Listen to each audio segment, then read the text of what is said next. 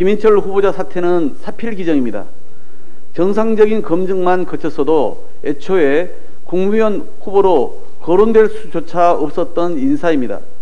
당선인과 인수위는 국민 앞에 고개 숙이고 분명한 책임을 져야 합니다. 특히 불법 행위에 대해서는 법적 책임을 끝까지 물어야 할 것입니다. 인사청문회가 3일째입니다만 국민 의혹 해소는 먼 나라 이야기입니다. 지명 과정에선 부실 검증을, 지명 후엔 의혹 감싸기로 밀어붙인 결과입니다. 원희룡 후보자의 오만과 안면 몰수가 도를 넘었습니다. 셀프 특혜부터 수천만 원 쪼개기 결제, 도비를 이용하고 도정을 자기 정치에 이용하는 등 온갖 비리 의혹이 언론에 연일돼서 특필되었습니다. 하지만 청무위원을 상대로 제대로 된 자료와 설명은커녕 시종일관 처음 듣는 이야기라는 식의 말장난과 모르쇠로 일관했습니다. 이상민 후보자는 준비기간 내내 개인정보라며 아들 관련 자료 제출을 거부해왔습니다. 자신이 일하던 유명 로펌에 고등학생 딸이 인턴으로 근무한 것은 체험 참여에 불과하다고 뻔뻔히 답했습니다.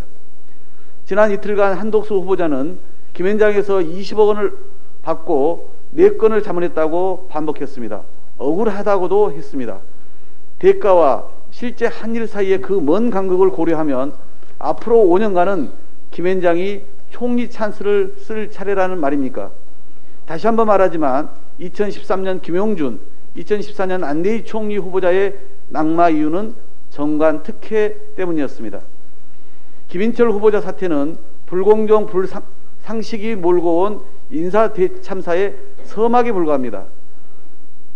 정호영 후보자의 자녀 경북 의대 편입학 의혹은 이제 수사 대상입니다.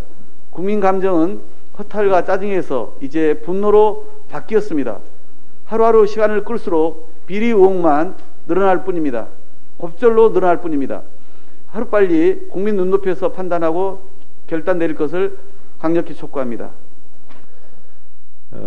이 김인철 교육부총리 후보자가 자진 사퇴했습니다. 정권 출범도 전에 인사참사, 인사재앙이 시작됐습니다. 불법, 특혜, 비리 의혹으로 점철된 인사들로 내각을 꾸린 윤석열 당선인의 자업자득입니다. 국민도 민주당도 참담한 심경입니다. 윤 당선인은 즉각 국민께 사과해야 할 것입니다. 더 큰 문제는 김인철 후보자보다 더 심각한 결격 사유를 주렁주렁 달고 있는 후보자들이 수두룩하다는 점입니다.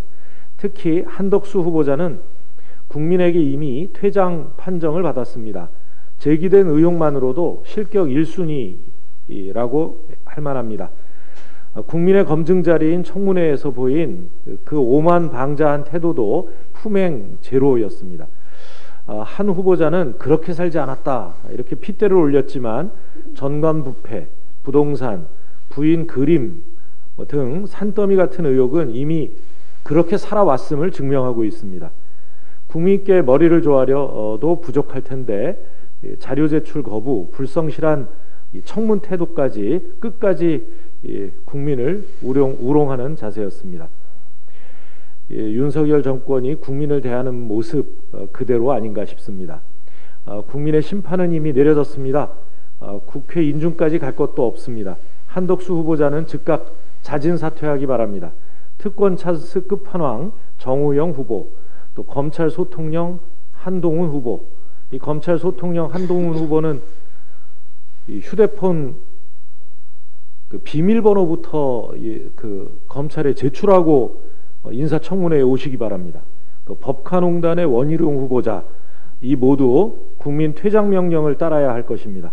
국민은 결코 관중이 아닌 심판임을 명심하시기 바랍니다. 김인철 교육부 장관 후보자가 자진사퇴 기자회견에서 마지막 품격을 지킬 수 있도록 협조해달라고 했다고 합니다. 온 가족 장학금, 법인카드 쪼개기 결제, 성폭력 교수 옹호, 제자 논문 표절 의혹, 심지어는 방석집 논문 심사. 도대체 어디에 품격이 남아있습니까? 우리가 지켜야 할 것은 김인철의 품격이 아니라 대한민국의 공정입니다. 사태로 편법과 불법이 사라지지 않습니다. 모두 조사받고 수사받아야 합니다. 최소한의 품격을 지키고 싶으면 경찰 수사를 자처하시기 바랍니다. 그런데 김인철 후보자보다 죄질이 나쁜 정호영 후보자는 아직도 버티고 있습니다. 양파도 아니고 까도 의혹이 계속 나오는 후보는 처음입니다. 딸의 의대 편입 서류 특혜가 드러났고 허위 발언을 본인이 인정까지 했음에도 정 후보자는 뻔뻔하게 청문회를 이어갔습니다. 어제는 아들이 오탈자까지 똑같은 자기소개서로 한 해 사이 40점이나 점수가 올라 편입학에 합격했다는 것이 밝혀졌습니다.